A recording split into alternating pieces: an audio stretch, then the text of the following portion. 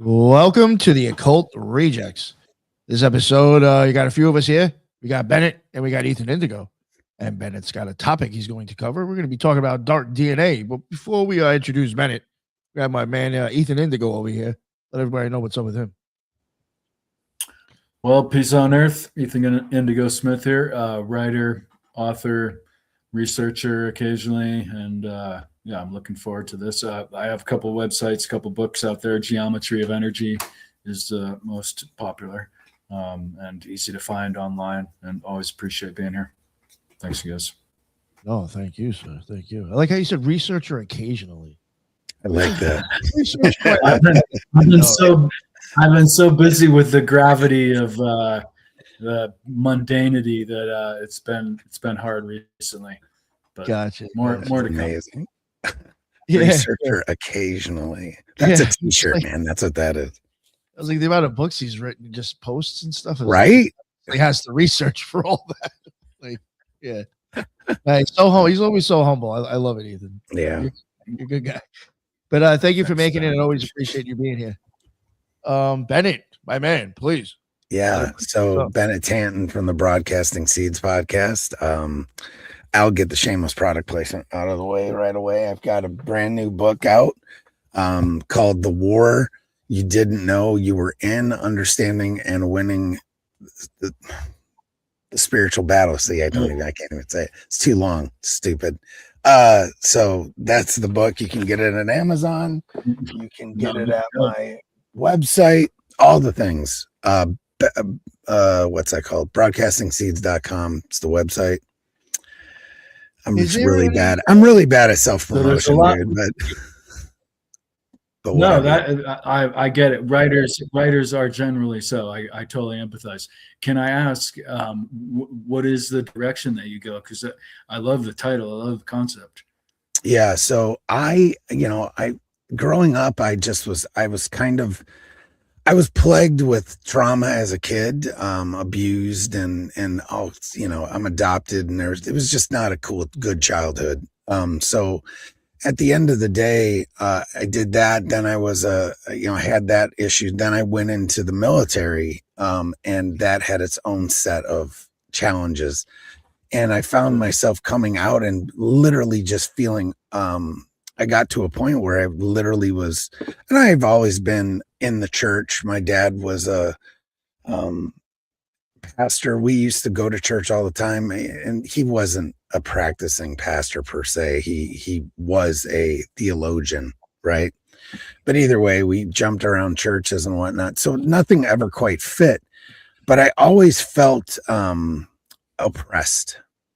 Does that make sense? So and finally I decided to do something about it one day. And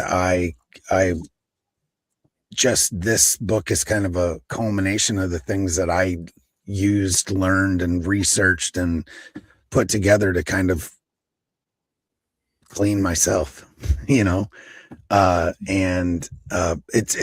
basically from a Christian perspective, but you could use it's a guidebook, literally, and you could use it non-religious. You could do whatever, but it's a way to rid yourself of entities that you don't want associated or attached to you. We all do dumb shit when we're young, and regardless of what we want, there's good and there's bad. There's light and there's dark, and sometimes the dark doesn't want what you want. And so ever since I've gone through the process of doing it, I've been very free, and I use many of the techniques now to stay, safe, I guess is what you could say, with some of the work that I do. And I put myself out there, and but I pray for protection. All the stuff. So yeah. What up, Bonnie? That's great. Sounds awesome. So it's been well received. Everyone that's read it, even my wife, she's my biggest critic, has been like, oh my gosh, that makes so much sense. And it's really good. I've had a couple incidents with different, I guess you would call them entities, since I've been with her, and she's seen stuff firsthand. So, and then she's seen the change afterwards. So it's pretty powerful stuff, but it's not complicated or dogmatic or anything. So I think that's the difference with that. It's, I try to, as Nick knows, I try and stay away from dogma in any form or fashion, for anyone or anything. I'm open to all of it. So yeah, man.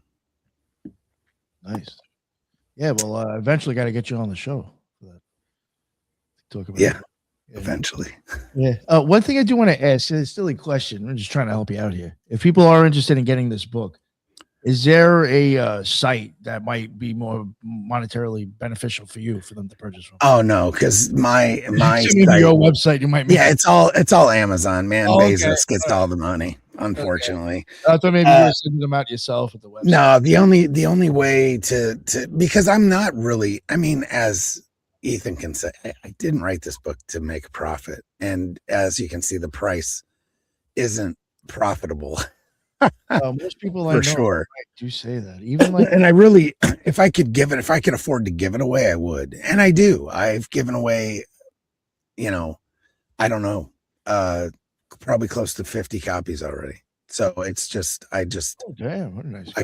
I can't. It's knowledge. I feel like that's kind of should be out there, and I mean, you can buy it. That would be greatly appreciated too. But at the end of the day, there's going to be a point too, probably, where at least the ebook is going to be completely free. The first week or the first 10 days that it was out, it was free online. Anyway, It's not now. That's over, unfortunately. Yeah. I just feel like it's, information that anyone should and could know, nice. and should know. So yeah, I would someone tells me, go ahead. Sorry, I was gonna talk about writing in broadly, but please, no, finish. No, I was just saying. I was gonna say actually that you understand what I'm talking about, probably. Yeah, I do, and I whenever someone says that they're planning on writing a book, I say I would wish that on anyone. I wouldn't wish that on anyone, kind of jokingly, because it's really a difficult and obsessive process. And not necessarily monetarily rewarding. However, there are so many direct benefits that result from writing. For instance, codifying all these techniques and contemplating them to refine them. For instance, I know I've done that several times with ideas that might be similar to what you put forth. And then sharing it, you get the response from people about things that you might not have even thought about. Or directions that you weren't even intending on going, and it's a really rewarding undertaking to write. For the writing. For sure. I'm right. So of course now see, I actually had this book done mostly. I'd say it was 90% of the way a year ago. But I did not I didn't publish it because I don't know if you've ever had him on the show. I don't think you have, but Bo Kennedy is his name, from the Bump podcast. He put out a spiritual warfare book. Oh shit. About a year ago. Cool. And I was like, damn, man, I'm not gonna layer them on top. So either way, and I'm gonna have Bo. Bo doesn't know that story, but he's gonna be on my show next. Yeah, like the first week of February. So I'm going to tell him the story, but yeah. So I already started writing another book about cryptids, but it's not just strictly cryptids. It's not strictly Bigfoot, Dogman, lake creatures and stuff like that. It is, but it also dives deep into the psychology of it too. So it takes a little bit of a different turn than a lot of the other books. So yeah, so that'll probably be out, I don't know, a few months. So something like that. Nice. So DNA, dark DNA. Dark DNA, man. Unfortunately, I know I had asked you before recording. I said, what even got you interested in that topic? And you're like, maybe we should wait till we record. Yeah. So, all right. So I explained earlier, traumatic life. Uh, um, and so I was really, I have 4 daughters. That's also karmic, as far as I'm concerned, because karma's a vengeful bitch. Either way, I love them all, of course. And the one thing I always say is I'll never be homeless. So that's a good thing. Right. 'Cause one of them's bound to still love their dad at some point. So with that being said, I was like, some of them they've lived, I wouldn't say, it's not like I've been able to give them this blessed life. I guess, they definitely haven't had the hardships that I did as a child, but they still have there's ingrained trauma there. Okay. And that's how I was reading it. You also know, Nick, we've talked about this. I don't know if I've ever talked about it on the show, but I can see auras.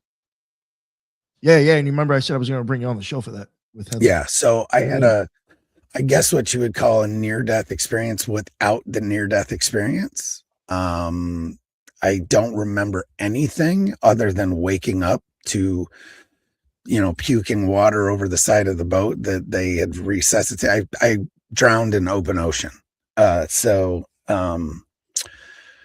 Which was a surreal experience. But either way, ever since then, I have seen, there's no other way to describe it, but it's auras around folks, and I can see colors and kind of shapes, not really shapes, but like there's different things that happen with people's maybe their fields. Like sometimes people are what I would call sparky. There's some things else that I can see as well. So with that being said, I can see some of these trauma points within them that I know because when I worked in mental health services that I've seen in other people, I see them in my daughters, and my daughters have not had any of this trauma. So I was like, what the hell is going on?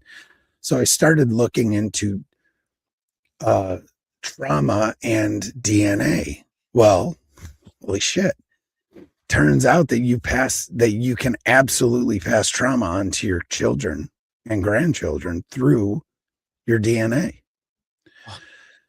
So that's not the dark DNA. That's not what I'm saying. The dark DNA is what they now call was called junk DNA a few years ago, right? So you hear this term, dark DNA now, that basically replaces junk DNA, which is about 98% of our DNA, and they have no idea, at least they had no idea what this did, any of it did. 2%, 3% of our, the DNA proteins and whatnot are what make us who we are and express in the way that, your eye color, your hair color, the way that you do, the way that you are and you express. But there's 98% of that's essentially, they had coined the term junk DNA. Well, now they call it dark DNA. Okay. So dark DNA is not evil genes, right? Or what it is unexpressed, regulated, and suppressed genetic, I guess what you would call potential that exists inside every human being, right? And modern biology already confirms that you do not just inherit genes, you inherit also how they are turned on or off. And that's the field that people are starting to talk about more and more, called epigenetics. Have you guys heard of this? Yeah. This right. was speaking to that shit, actually. She talked about it on the show. Yeah. So I really look at DNA as more kind of like it's more like a piano than a fixed song, right? Your life, trauma, environment, your beliefs and stress, your diet, the way you pray, the relationships, they decide which keys get played in your DNA. But some keys stay locked, right?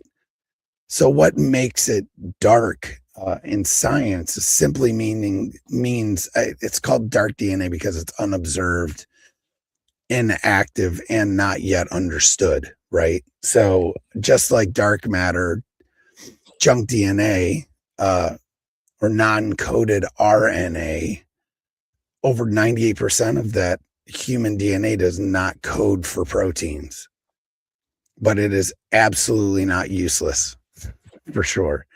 And it controls when genes activate, how cells can specialize in things, and how the immune system responds to stress and trauma, and how those get stored, right? How disease turns on and off, all these things. This is all just wild, right? So, yeah, I guess that's a good opening, you know?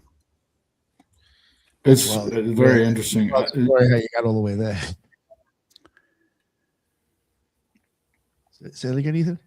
It makes me think of the input of psychological or physical practices like yoga and tai chi and qigong. I think behind that is a lot of turning off negative proceedings and turning on positive ones. Absolutely, I would agree. There's so much of this stuff.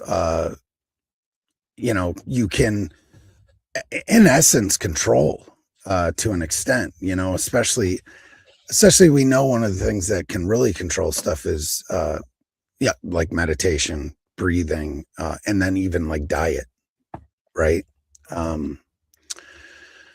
So we do know that trauma, especially, but not just like, it's trauma from all kinds of stuff, right? So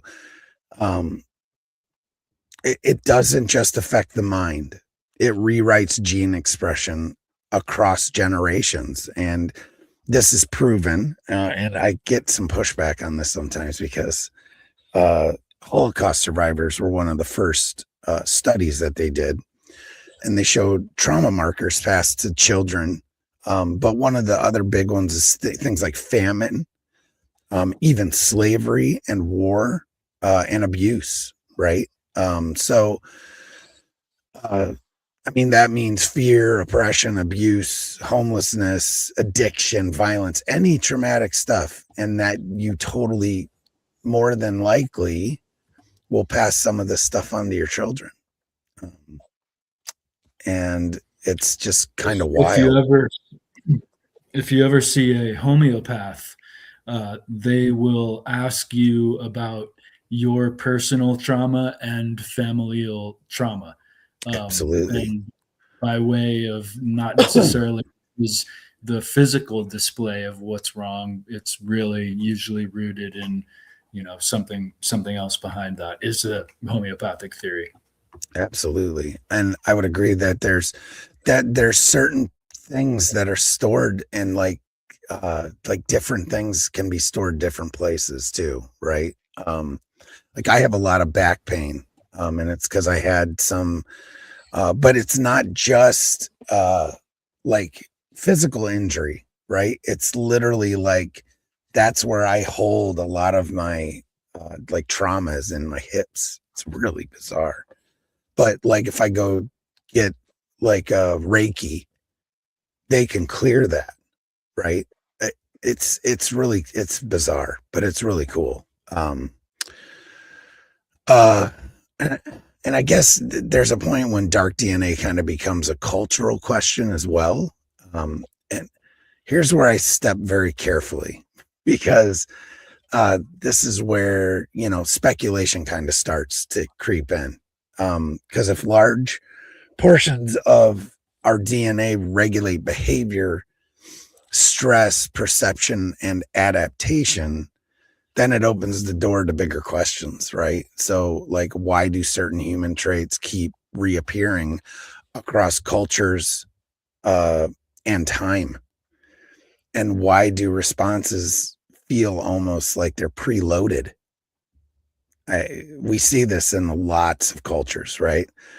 And science doesn't say this DNA contains memories per se or ancient knowledge, but it does suggest that we carry biological predispositions shaped by like long chains of lived experience. And this isn't mystical yet. This is evolutionary and epigenetic for sure. You know,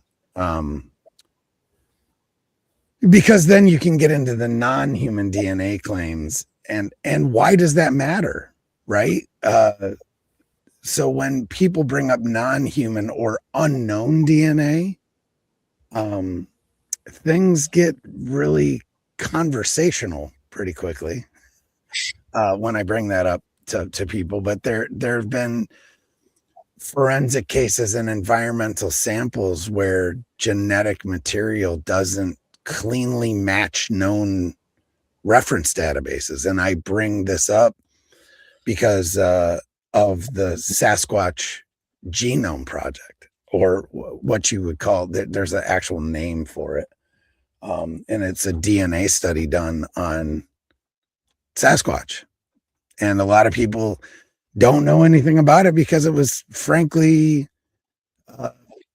suppressed, right? It's actually called, and you can look it up and go through it yourselves, guys. It's called the Novel North American Hominins Next Generation Sequencing of 3 Whole Genomes and Associated Studies. It's a mouthful, right?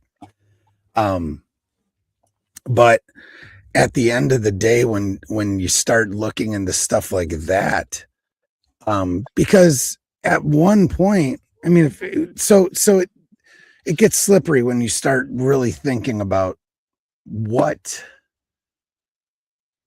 who inhabited Earth, right, at certain times. And we have evidence of, at one point, what you would consider 6 different hominids, 7, I think, actually, existing on the planet at the same time, right?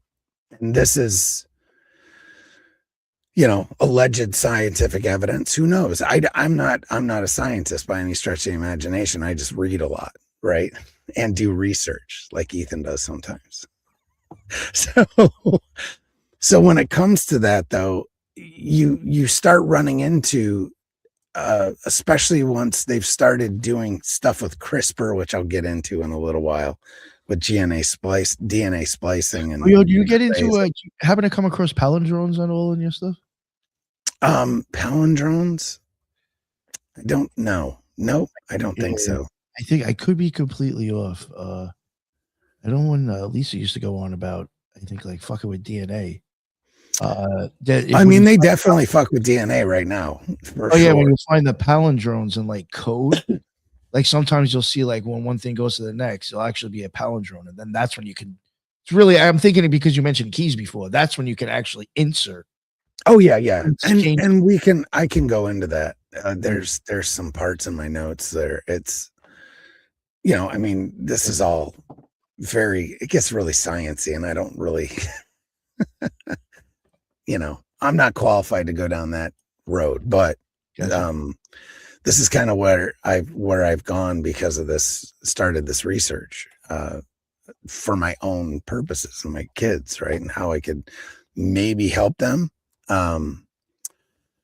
But like when you start talking about, it doesn't automatically mean cryptids, hybrids, or anything exotic, right? It often means sometimes there's contamination or degradation or incomplete databases, right? But it also highlights something important, that our genetic reference library is just not complete. And when we talk about what DNA exists and what doesn't, you can run into some roadblocks because you won't get them, or well, there's no match. Well, what the hell does that mean? No match. Well, it just means that it's not in the database. That's what it means. It doesn't mean that it doesn't exist, because obviously it exists, right? Especially when it comes to ancient populations like extinct hominins like Neanderthals and Denisovans and Homo florensis and things like this, right? Regional genetic variations. So this is where I kind of get, you know, I guess the real quick big takeaway is that the point of talking about dark DNA isn't to jump straight to like wild conclusions, but it's to recognize that we are far less simple than we're taught, period. You know what I mean? DNA isn't just a static instruction manual. DNA is responsive and it listens and it adapts. And in some ways, it remembers. And the more that we study it, the more we realize that human biology sits at this intersection of environment, history, and lived experience. And that alone should change how we think about trauma and health and behavior and even identity. So, I mean, that's kind of a big statement, right? But that's where I go with it. Oh yeah, what I was talking about before is that's what viruses like. Viruses will look for palindromes inside the sequencing. Yeah. And then that's when they'll insert themselves to start changing shit. And that's exactly how the CRISPR they mimicked that for the CRISPR. Right. And I know there was something with the palindromes. Yeah, palindrome. And I don't know why I've never heard that. Remember that one time I made some corny joke about palindromes inside the chat? I think you were the only one that laughed at it. And I was like, maybe and like you're right. She was telling me about this whole thing about how like this shit manipulates through palindromes in sequencing. So I had that right. That's why I made that cheesy joke about palindromes. Yeah. So that kind of brings us into like locked DNA, like locking and unlocking these genes, right?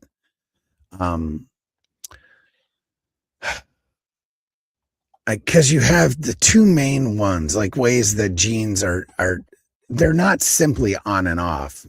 They're regulated by markers, right? That chemically attach to the DNA and silence to activate genes. So I wonder what a palindrome is. If it's a marker, is that what is that? Well, that would be like the sequencing would be like 5. Let's say it was like 5, 6, 5, 1. There'd be 1, 5, 6, 5, whatever. It'd be the opposite, like flip. And then in between those, where those two numbers meet in the middle of the palindrome. Oh, okay, I see. A sequencing that reads the same forwards and backwards. Very occult. To biology, DNA sequences, and even music showcasing symmetry. Ooh, shit. Okay. Yeah, I see. Even like a lot of biblical names even do that in Jewish. Yeah, and I guess that's a way that they could read it, right?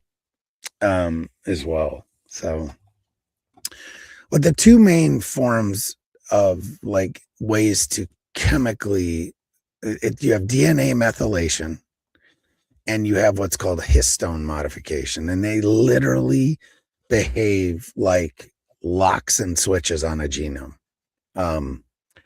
And again, trauma, famine, stress, abuse, fear add these locks, right? It's not a metaphor. It's chemistry.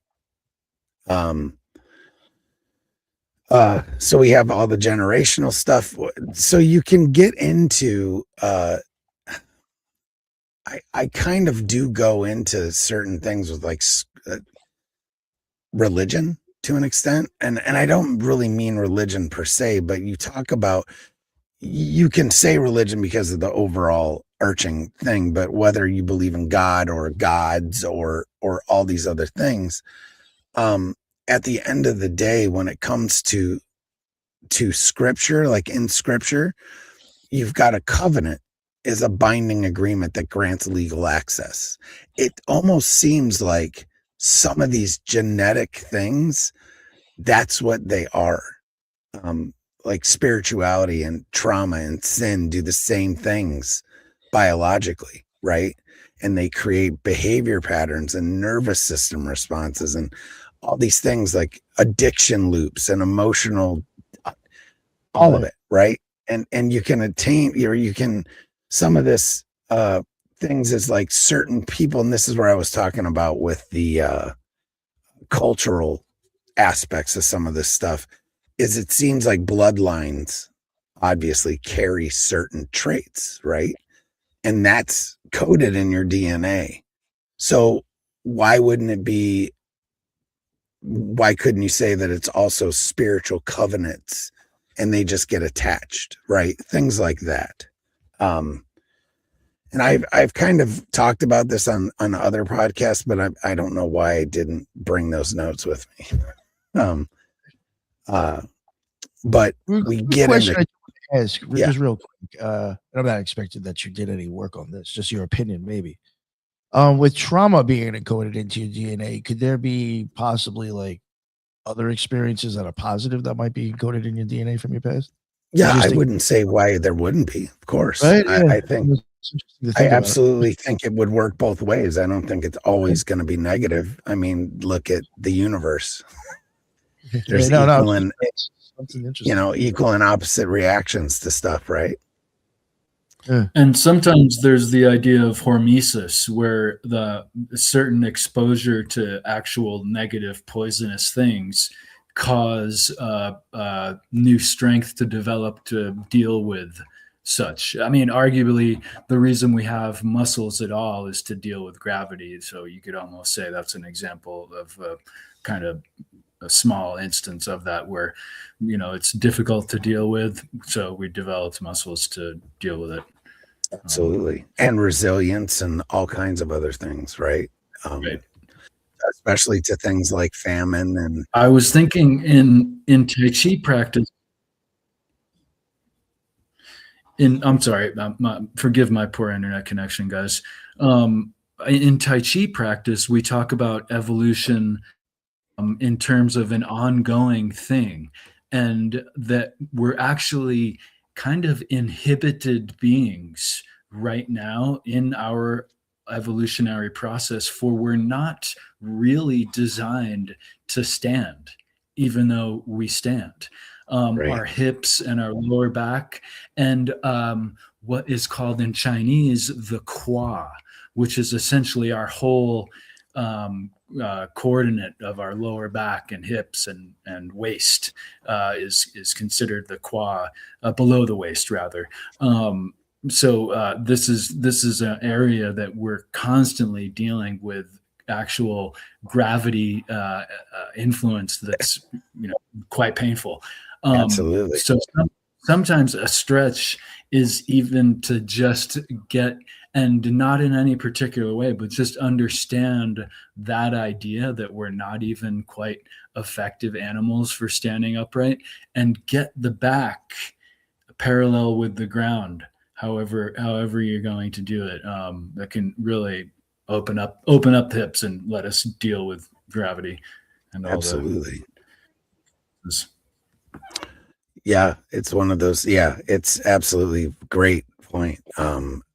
I just also, just to comment on what you had said earlier too, is that, one of the biggest things that causes, I guess you would say, now see, people will say evolution, but adaptation is stress, right? And so that adaptation is coded into your DNA. It's coded into your genome. So it's a way of natural, it's like natural CRISPR, right? So getting into CRISPR just a little bit, it's not science fiction. We humans have the ability to rewrite DNA right now. Because we can cut genes, we can insert genes, we can delete genes, we can alter embryos, we can change traits. Somebody brought up the movie to me the other day, and I haven't watched it in a long time, but it had that movie with Ethan Hawke and Uma Thurman that had like they would have like the designer babies. Attica? Yeah, right. This is what we're talking about, essentially, right? And it's a little scary. I mean, it means humanity now has the technological capacity to rewrite the biological rules of our species. And that's frankly unprecedented history. But is it? You know, what's to say back in the day that, especially when you start talking about biblical stuff, and these are just examples, why couldn't hybrids and ancient records? I mean, here we're, again, we kind of shift carefully, right? Ancient culture reports of things like minotaurs and satyrs and the Nephilim and centaurs and dogmen and lion men and giants. These are all in all the history and myths and folklore of every, Sumerian tablet, a Greek myth, and Norse, pick a freaking culture, and they have these stories that all rhyme, right? So I'm not claiming that, they were genetically engineered, but why, then how did they come to being? The consistency of these reports across culture suggests humanity remembers something, right? And that's how I kind of come at that. I'm not claiming any proof, but if CRISPR can do this now, what could advanced civilizations or non-human intelligence do in the past? Right? We talk about it. There's all kinds of theories. Ancient aliens or the Watchers, coming down to Mount Hermon and mating with women, but there's also stories of them mating with animals, things like that. So we have things encoded in our DNA that we can't freaking read at this point. So yes, it's speculation and it's not assertion, but it stays like with my broadcasting seeds, in my broadcasting seeds lane is what I like to call it. And it's patterns without conclusions, right? You also think about super soldier programs that you hear about, in the US military and other militaries, Chinese, the Russians, actively working on gene edited soldiers and enhancing endurance and reducing sleep. And how many times have you heard stories about Dogman or Bigfoot? Now I have, maybe not everyone listening. That's, this is going down a railroad here, right? But that they guard deep underground military bases and all these things, right? But this is all it all kind of rhymes, guys. It all kind of rhymes, and yes, I'm shooting a shotgun right now. I'm not sniping with a rifle, but frankly, it's not conspiracy anymore. Especially when we can show that we know throughout history what we can see, and what we're told is this much of what the actual truth is, right? Throughout history, when everything is actually happening, it's this wide instead of just what we can see. So I look at it as kind of like, go ahead. Please, no, finish up. Oh, I was just saying that at the end of the day, this is like the real dark DNA war. And that's kind of like my thesis isn't just monsters, it's that humanity is caught between all kinds of stuff. So, and that's very profound, because it really points the finger internally, because there's so much going on inside of us that we could change. Someone mentioned the gene keys and human design practice earlier in the chat, and it reminds me too of what is like something that influences every scientific medicine test is the placebo effect, right? And it really, that's kind of a misnomer. It should be the placebo power, right? Because it's not an effect at all. They're measuring the effect of a power, really, right? And that is absolutely the power of us changing the whole situation in ways that we didn't know were possible, based on the assumption that it's possible.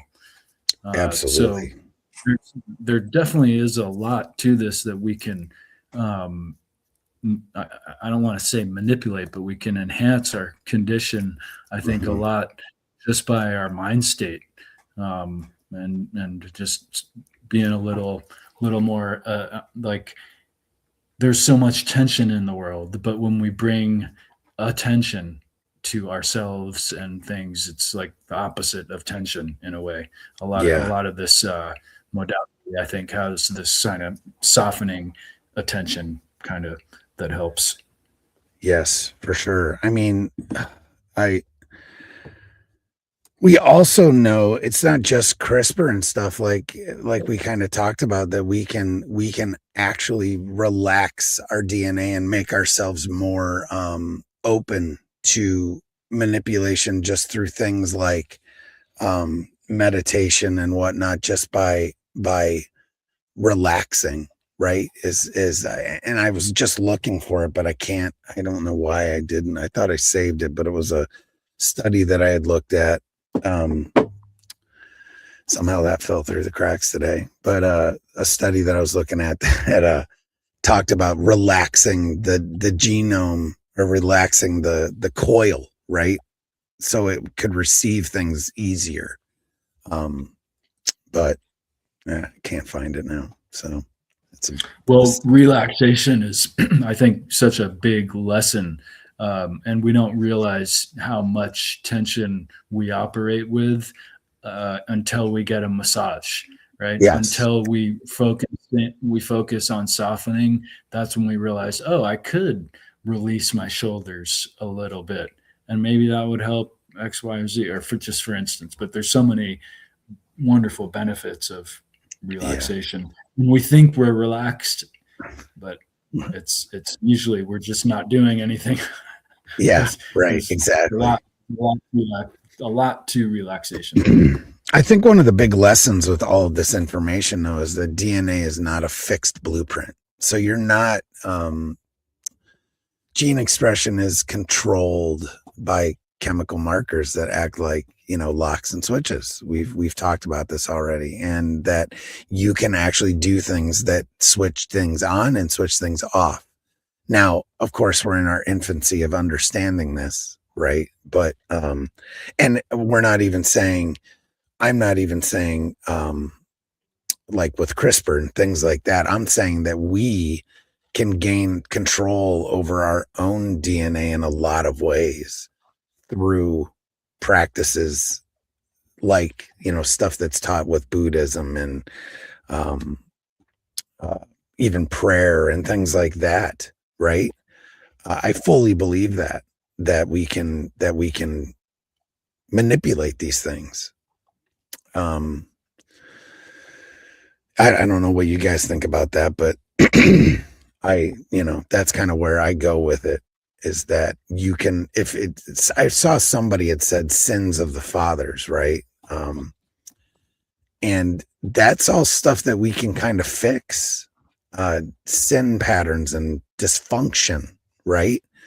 Psychological behavioral loops. We can fix these things. And a lot of that stuff is already coded in your DNA. I mean, it's not an excuse to be like, oh, well, God, I'm acting like an asshole because it's coded into my DNA. But there is kind of that is kind of a thing.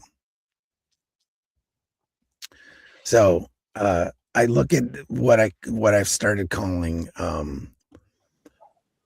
guess you could call them Christians would call them, they would call them strongholds. And like that DNA, in essence, like, let's look at it metaphorically too, is that it carries evil spirits, right? Spiritual and emotional realities can shape hormones and nervous system patterns and all that type of stuff. And that's what I'm saying, is that we can manipulate so much of this with our minds and our practices. So that's beautiful. And all that makes me think of the concept of face reading, which is really from one of the oldest healing practices in China. And it totally works, as you just articulated, in the sense that the question we don't ask is which came first, the condition or the posture. And we in the West will, of course, say, well, my poor posture is because of my condition. In the East, and relative to face reading, the mind state, it came first to cause the posture. And so with face reading, the practitioners can look at where there are wrinkles and where there are, obviously, kids are so open and untraumatized, even when they're going through it. They're so elusive to trauma, when we are all so elusive to it when we're younger. Kids don't necessarily demonstrate this always, but as we get older, we'll have certain ways that we carry ourselves, and sometimes is as little as the practitioner, the healer, articulating a lesson for the person. And it might be, their left eye relates to their dad and this and that. And it's this one little thing. And the person goes, oh, well, wow, I don't have to carry that. And there are examples of people's faces changing within a session, which is just odd. It's wild. It reminds me too of how the right side of our external physical is masculine. The left side is feminine. And we can see this, we can see our mother and father in our faces almost to that point. And in the mind, it's the opposite. There's like this cross reference thing going on inside in the mind. The right brain is controls the left, for instance. Yeah. So this just interesting.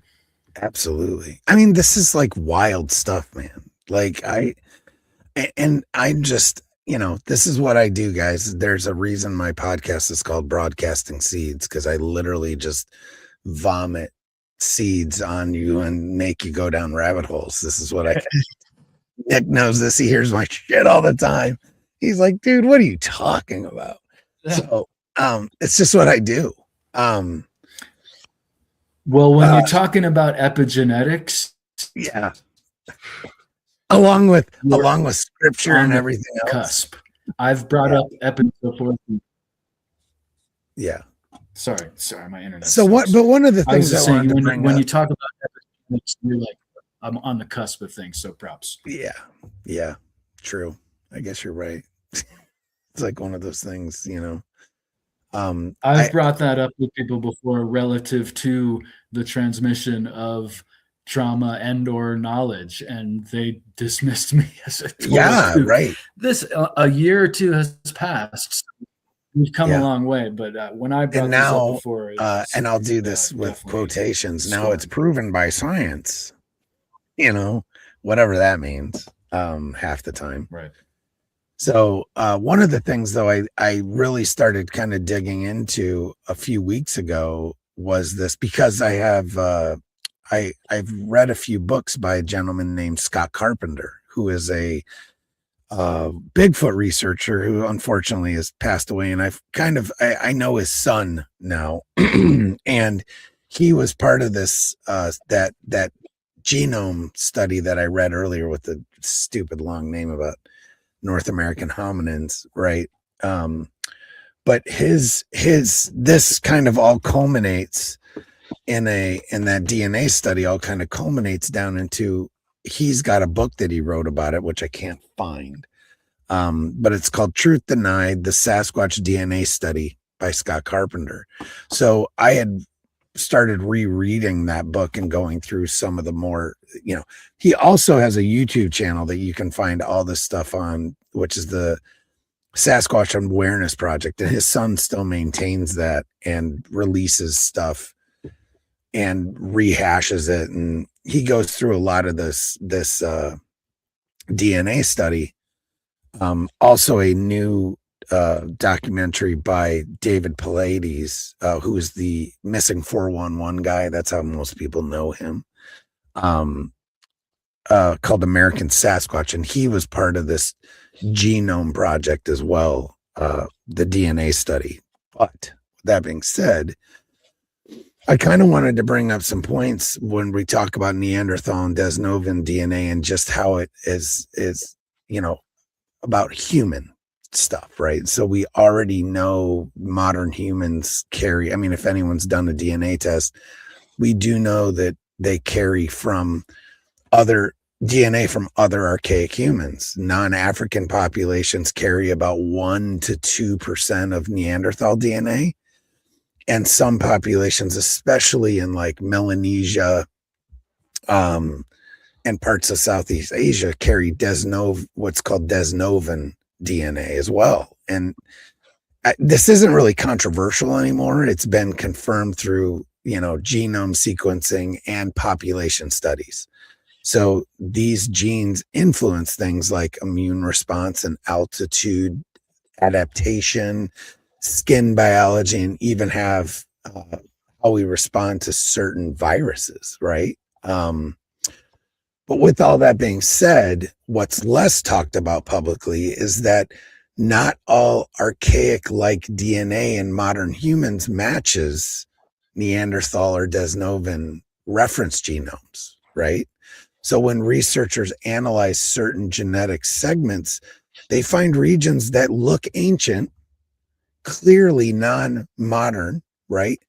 But they don't cleanly align with any sequenced archaic human.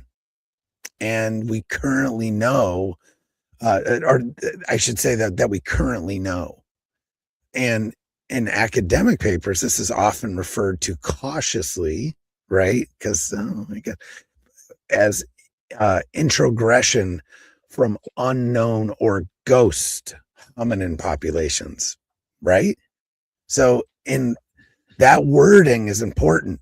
Ghost population doesn't mean paranormal, obviously. It means a population that we haven't recovered DNA from yet, but whose genetic fingerprints appear indirectly in living humans. Like we know this, right? And this isn't really guesswork. It's researchers use statistical models to compare mutation rates, as that's what they call them, or haplotypes, and divergence timelines. And some DNA segments show levels of divergence that are just they're way too old to come from Neanderthals or Denisovans, and suggesting they split from our lineage much earlier. In some African population, studies show introgression from hominins that may have diverged up to 1 million years ago, right? So what does that mean? To me, it means Sasquatch is possible as a relic hominin, meaning this DNA project, right?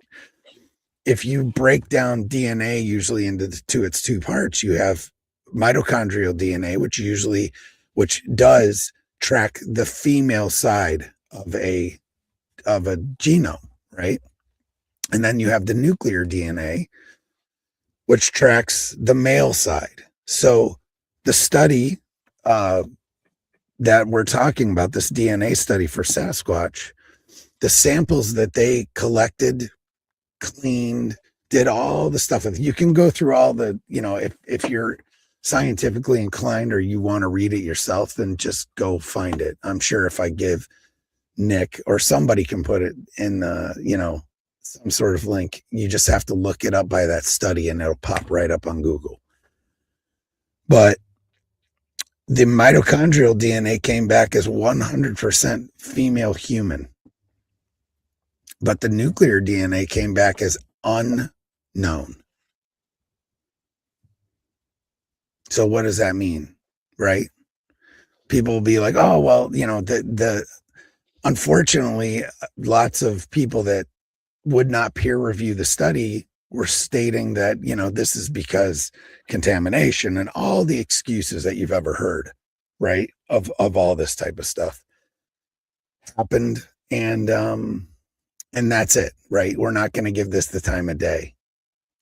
But the bottom line is, I'm sorry, but like Africa is especially important in this discussion, because ancient DNA preservation is much harder there due to the climate, right? So our reference genomes, they're all incomplete.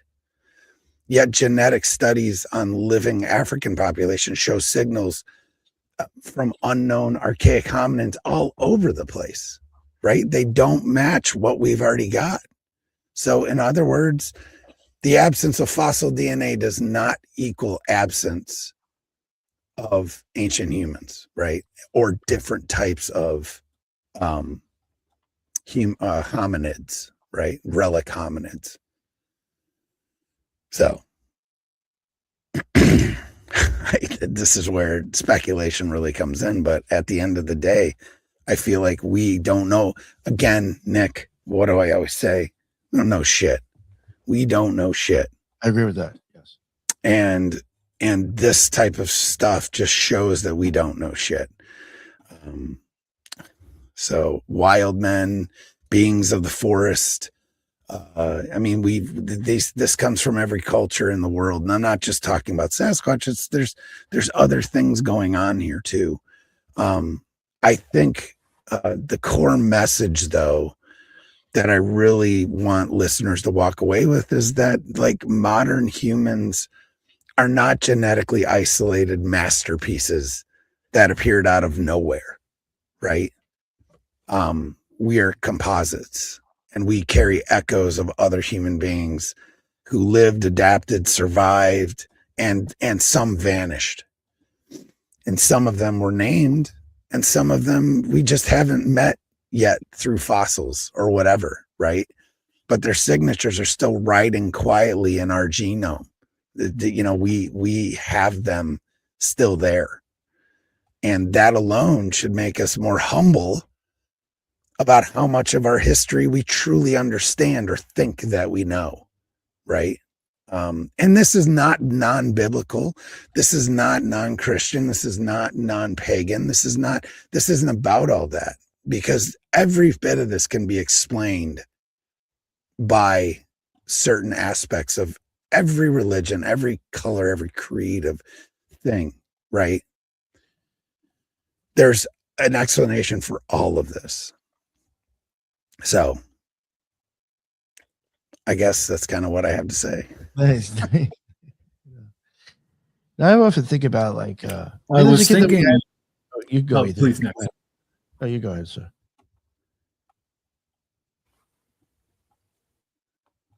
Maybe you didn't hear me. You want to go ahead, Ethan? You can go, sir. Oh, I'm sorry. Yeah, I will. I was thinking about mitochondria being initially it was a bacteria. It may not have been an infection per se, but mitochondria was introduced into the human body as bacteria, and now it's essential to our immune system function and overall being.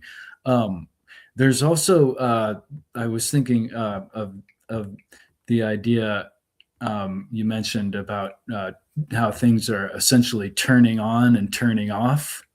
There is a lot of research right now that, in simple terms, there's a lot more going on, but of course we're laymen. But in simple terms, aging itself is essentially a series of turning on and turning off different attributes, and they're finding some really simple ways to mitigate the aging process. One, for instance, in my research I occasionally do, they found that eliminating protein in the blood system. Am I still there? That there's a way to eliminate certain proteins and large amounts of proteins in the blood, which actually cause certain things to be turned on and turn off in regards to age progression. So there's numerous ways that they're kind of trying to prevent the aging process from occurring via simple kind of instigation. Oh, shit. That's horrible. Man, freaking internet. Seriously. That sucks. I think that's the first time I've ever seen that actually happen. Yeah, Having right. somebody talking and they drop off. It's not like I just see them drop off as somebody else is talking. Damn. Yeah. Let's see if he comes back. Well, so one of the things, I guess another thing that I'll bring up is I had brought up covenants and iniquity and curses earlier, right? And since we kind of, what does he say? He was cooked with, what did he say? He said he was cooking with gas. Cooking with gas. Gotcha. So covenants, iniquity, and curses. You've got spiritual agreements, and we all do this. We talked about this with occult practices as well, right? There's agreements that are made with things, right? Not just occult practices, but all kinds of practices, all practices, how spiritual agreements become biological patterns. And I look at what a covenant really is, and like in scripture, and I'll just use that because it's what I'm familiar with. In scripture, a covenant is not a vibe or a promise, right? This is a binding agreement that grants access or authority or inheritance. And you got to think of it as a legal framework that defines what flows through a relationship or a bloodline. I mean, we deal with this stuff in, like, you own a home. That's the same kind of thing, right? That idea maps surprisingly well onto biology, right? And in real life, the things that we choose, especially under stress or trauma, form long-term regulatory patterns in the body. And these patterns get written into all of our systems, right? Did he get knocked off again? No, you're still good. No, I'm still there. That was beautifully put, Bennett. That's really well said. So like the nervous system, the hormonal system, the immune system, and through epigenetics and the genome, it's kind of what you were talking about a little earlier. So when the Bible talks about iniquity moving through generations, modern science would describe the same thing as intergenerational biological programming, right? And how trauma and sin become legal access in the body in like spirituality, spiritual practices, when someone experiences or participate in things like chronic fear, violence, sexual abuse, betrayal, addiction, abandonment, their body enters into I guess the best way to describe it is a survival state. And that state is not emotional, it is physiological. And stress hormones surge and inflammation goes up, and the nervous system shifts into fight or flight. We talk about this constantly. And those chemical signals cause epigenetic changes that turn stress genes on, turn repair and growth genes off, and alter immune response, rewire emotional regulation. This is the same mechanism described by epigenetics, right? So DNA methylation and histone changes, they literally silence or amplify specific genes. And I've kind of hit this part ad nauseum, but I need people to understand that these things become inherited vulnerabilities. And when those stress-coded epigenetic patterns reach reproductive cells, they can be passed on. That means children inherit not just DNA, but the way the DNA has been trained or behaved. This is why. This is the mechanism, right? And in biological terms, this looks like a curse in certain aspects, right? Like when we talk about addiction and rage and depression and anxiety, autoimmune illnesses and abusive relationship patterns, right? Even when children grow up in safe homes, like my kids, their bodies can still be tuned for danger. Why is that? And that's why. And that shockingly, like I had said just a second ago, shockingly looks like a curse. But people science just calls it epigenetic inheritance. Different language, same phenomenon. No, I'm it's a not great, saying that great. demons live in. Go ahead. Sorry, No, Ethan. I don't mean to interrupt you. I just was saying it's a great esoteric take on that biblical lesson, if you will. Yeah. And I'm not saying that like demons live in DNA, super important, right? I'm not saying that they live in DNA. I'm just saying that you're not claiming. I'm not claiming that spiritual beings physically reside in chromosomes here, guys. What I am saying is that spiritual and emotional realities do change biology through known pathways, period. And this is exactly what neuroscience shows through thoughts, beliefs, and emotional states. I mean, we know that they alter cortisol levels and inflammation, all the things, brain wiring, gene expression, all of it, right? So when scripture talks about repentance or healing or forgiveness and renewal, that aligns with biology, period. These practices send new signals to the body that can reverse epigenetic locks and restore function. And where theology and neuroscience meet, the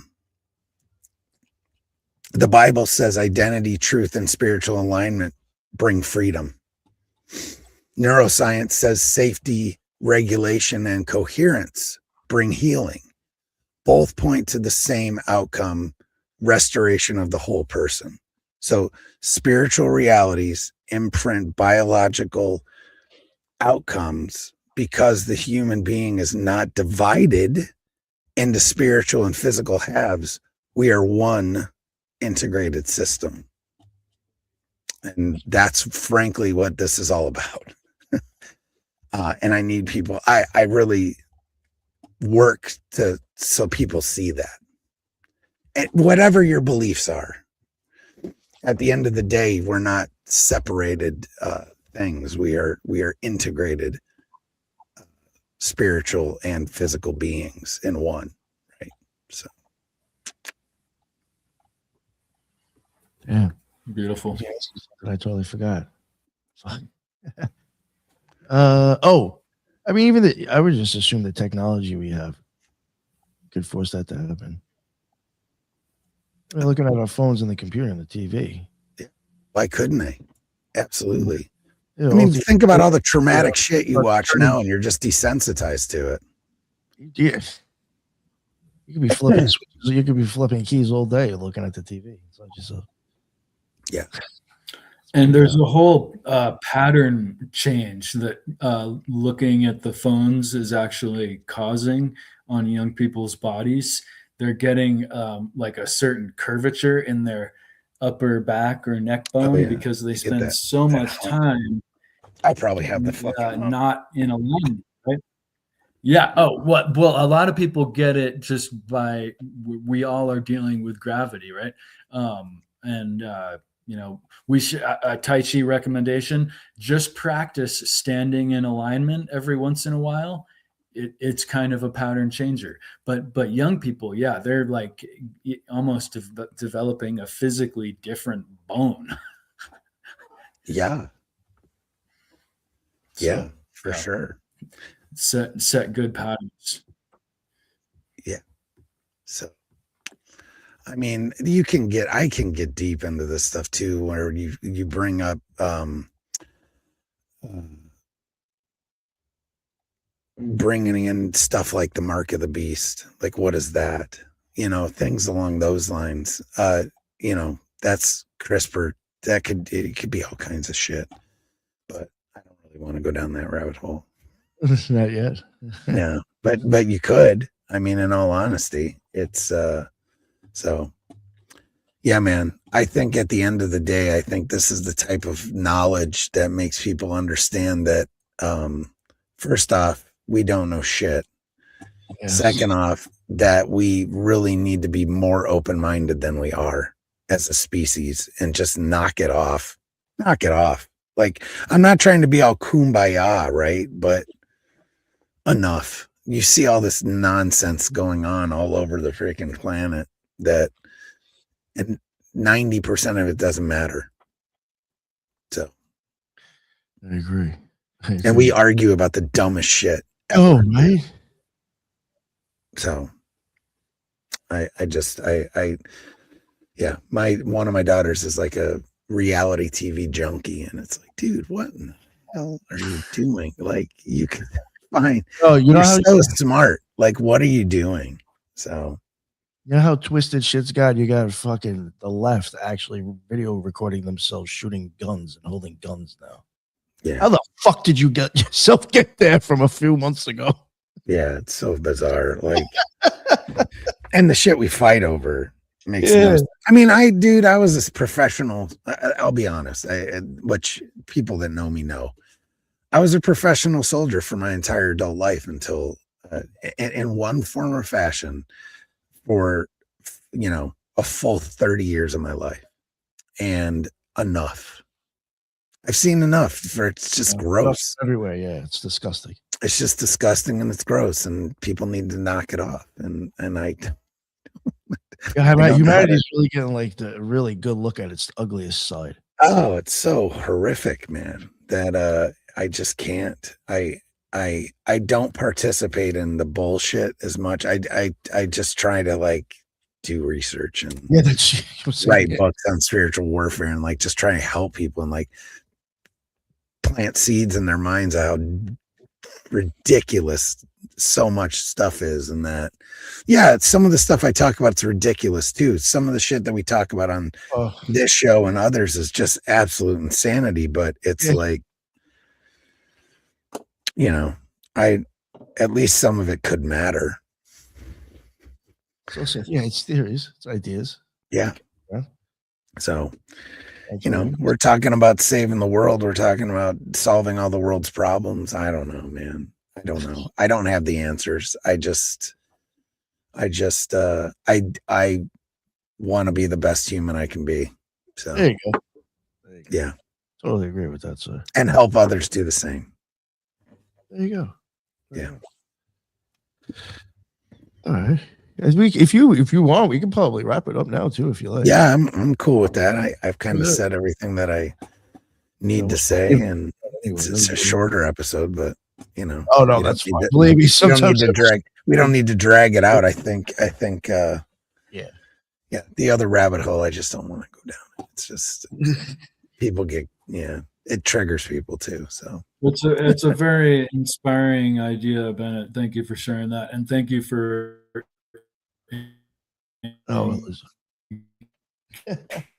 well, yeah, encapsulating it in the Ethan. There he is. There he is. Oh wait. You're no, sorry. I'm sorry. I was saying it's am I on now? Yeah. It's such a great lesson you put forth. And I love how you encapsulate it with the Christian lesson correspondence too. It's really, really powerful, beautiful. And at the end of the day, it doesn't have to be Christian. You can look at it through any lens that you want, whichever, lens you want to look at it through. It's incorporated. This is universal language here, folks. And that's what I need people to see, is that all of our bullshit speaks the same fucking language. Stop trying to transfer it to something that's not. So it's just a great take on the covenant idea and all the curses and the healing. It's a great series of lessons. Appreciate it. Well, thanks for coming, guys. Thanks for letting me on Cardinal Electric Head. I appreciate it.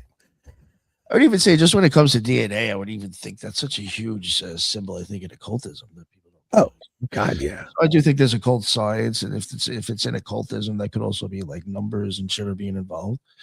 I could see how. Yeah. I think all that's it all ties in.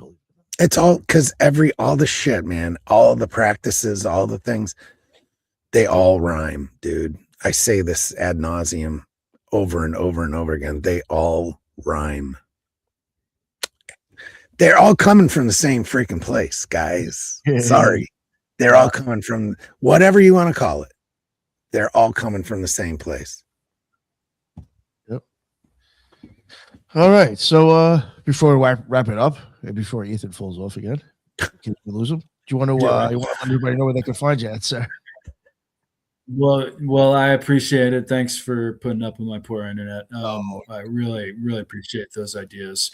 And I'm easy to find on the internet. Writing books infrequently and sharing articles frequently. And I'm going to drop one on Occult Research Institute here soon, in correspondence with the reading and great lessons you and Headless are doing for the 777 book. I have a 777 arithmetic equation that I'm going to share on the Occult Research Institute here soon. And so, and I do writing and like I said, occasional research when the gravity of the mundanity of the so appreciate you guys. Perfect. Thanks, you made it. All right, thank you so much, Ethan. I definitely appreciate you coming on. You always have great questions and great stuff to add. Bennett, please let everybody know what's up with you, where they can find you. So again, broadcastingseeds.com. You can find everything there, Instagram, YouTube, all the things. And check out my book. The War You Didn't Know You Were In. You can buy it on Amazon. I mean, if you go through my website, it's still Amazon. So that's what you were getting at earlier, Nick. Yeah. But, you might just like it. You never know. But check out Broadcasting Seeds and come say hi. If there's anybody out there that wants to come on the show and talk about something, just reach out. Let me know. So Nick will be on there in a few weeks. Oh yeah, fun episode. Actually, the second time that you were on there, but this episode's way better than the first one. So just really good. I really, really enjoyed that. Yeah. So that's where you can check me out, and of course Nick and Ethan. Always good to see you guys, and I greatly appreciate what you do there, Cardinal. Thanks, Troy. Thank you. Yeah, man. I appreciate you all coming on. I guess for the people listening, we also got Headless is doing his thing tonight, the mailbag and the symbols. So keep an eye out for that. I think that's at 8:30. And then I think we're gonna have Metamystics on at like 10 o'clock tonight, Eastern time. So check that out. It should be on for that. If not, then it'll be over on Jules' channel. But I'm pretty sure we'll be doing it here. So in case people got nothing to do later on, we got 2 more lives coming up actually. So, but thank you all, and thank you everybody in the chat. That's what's up. That's why I go live. And until the next one, everybody be well. Later.